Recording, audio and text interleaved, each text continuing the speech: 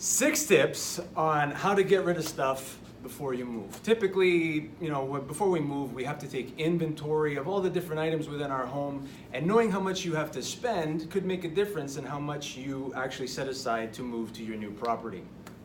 Take note of time-consuming rooms. So typically closets, right? I store most of my stuff in closets, whether it's front door entry, coats closet, whether it's bedroom closets. So those are the ones that you have to first take note. Some other examples, maybe den, home office, and usually the garage.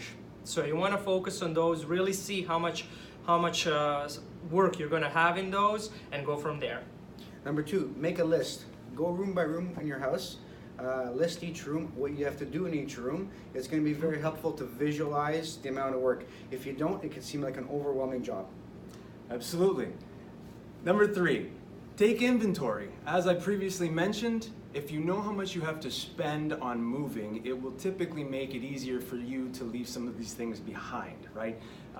Go through the home and see what you need and want and can donate.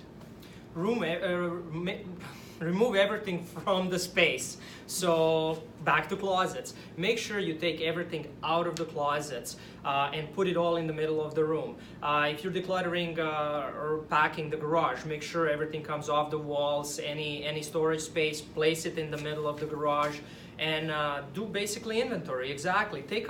Put it on a pile and see what you really want to keep and what you need to get rid of.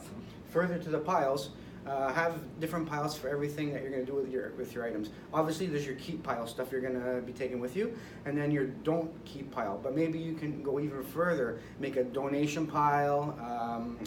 Even a garbage pile. Garbage pile, that should go right to the garbage. That shouldn't be a pile, it should go right to the curb. And then maybe another pile where you're thinking about stuff, but keep focusing your decluttering efforts. 100%. And once you've sorted out what piles you're going to go with, designate certain areas in the home for these different piles, right? So that they're still visible and you don't forget about them, but yet they're still designated and separated into their own individual section and area.